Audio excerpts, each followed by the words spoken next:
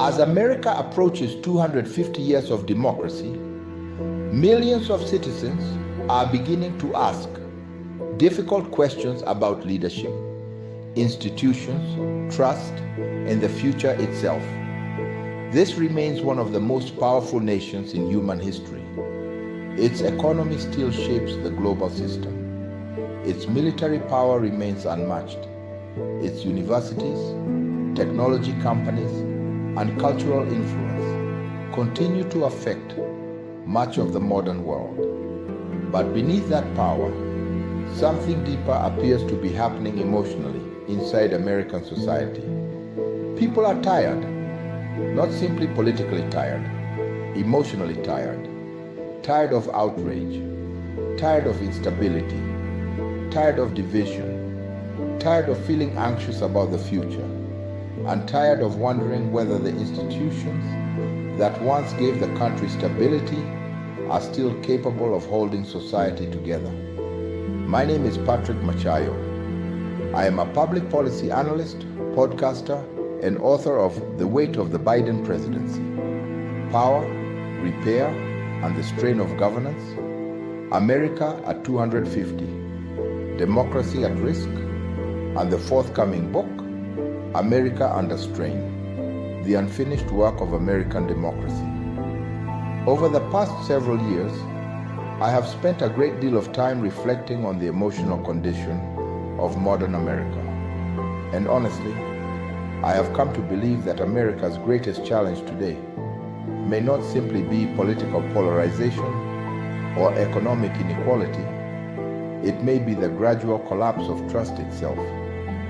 There was a time when many Americans trusted institutions almost automatically. People trusted Congress more than they do today. They trusted the media more.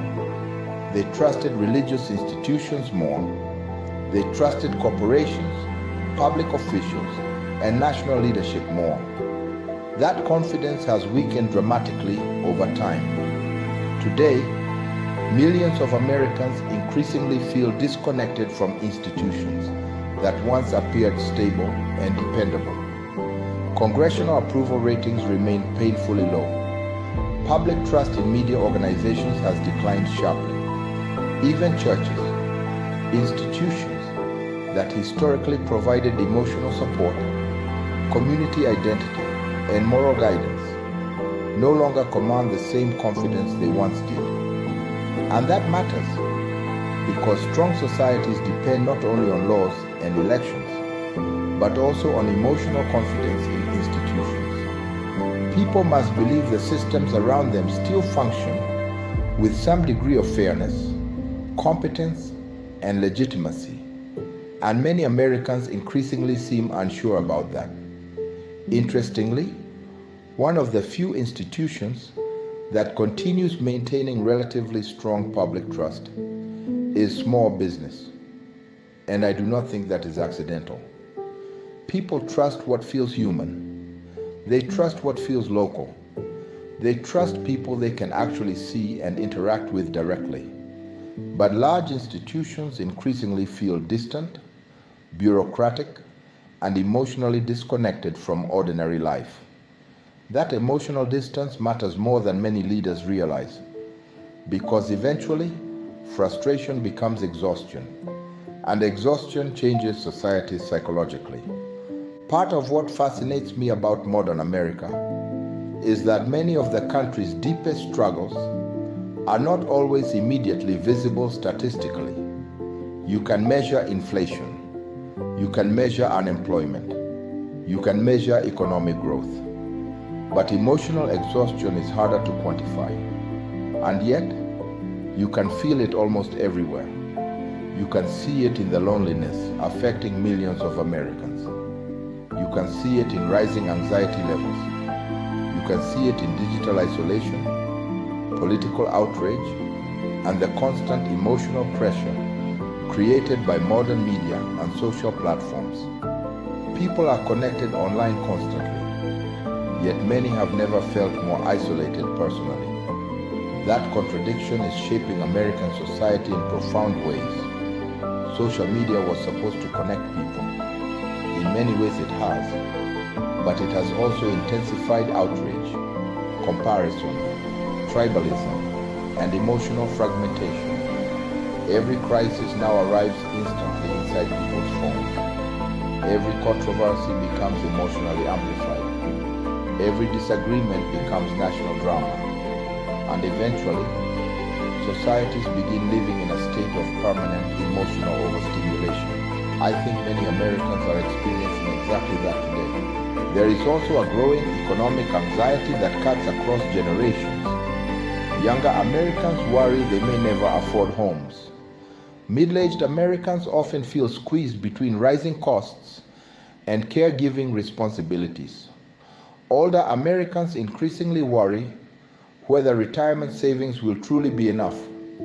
Many people who worked hard their entire lives expected retirement to represent stability and dignity. Instead, many now fear medical costs, inflation, and outliving their savings. That creates a quiet but powerful insecurity across society. One of the things I explored in America at 250, Democracy at Risk, is how democratic strain is often connected to emotional instability within society itself, because people who feel permanently insecure eventually begin losing trust, not only in institutions, but in the future. And honestly, I think that may be one of the defining emotional realities of modern America. A growing number of people no longer feel confident about where the country is heading. America has always experienced political conflict. Division itself is not new, but something about modern polarization feels different. The outrage feels constant now. Compromise increasingly appears weak rather than responsible. Political identity has become deeply emotional and tribal. Social media rewards anger more than reflection. Cable news profits from conflict, and every issue quickly becomes existential. That environment creates tremendous pressure on democratic institutions. Congressional gridlock continues frustrating millions of Americans. Public confidence in elections has weakened among parts of the population. Trust in leadership remains fragile. Meanwhile, ordinary citizens often feel trapped between competing political realities that no longer even agree on basic facts. That is dangerous territory for any democracy, because democracy ultimately depends on shared civic trust, not uniformity, not identical political opinions, but enough shared belief that institutions still deserve legitimacy and that fellow citizens remain part of the same national community. That shared trust appears weaker today than it has in decades. And honestly, this is one reason I wrote America Under Strain, the unfinished work of American democracy. Because American democracy has always been unfinished. The country has repeatedly struggled with inequality, polarization, institutional contradictions, and social division throughout its history. But what concerns me today is not simply political disagreement. It is emotional fragmentation, a society that increasingly feels disconnected from itself. Despite everything we have discussed, I do not believe America is doomed. And honestly, constant apocalyptic thinking can become unhealthy in its own way. America remains remarkably resilient. The country still possesses extraordinary innovation, productive capacity, civic energy, and democratic traditions. Millions of Americans still care deeply about their communities, families, and the future of the country. You still see acts of kindness everywhere.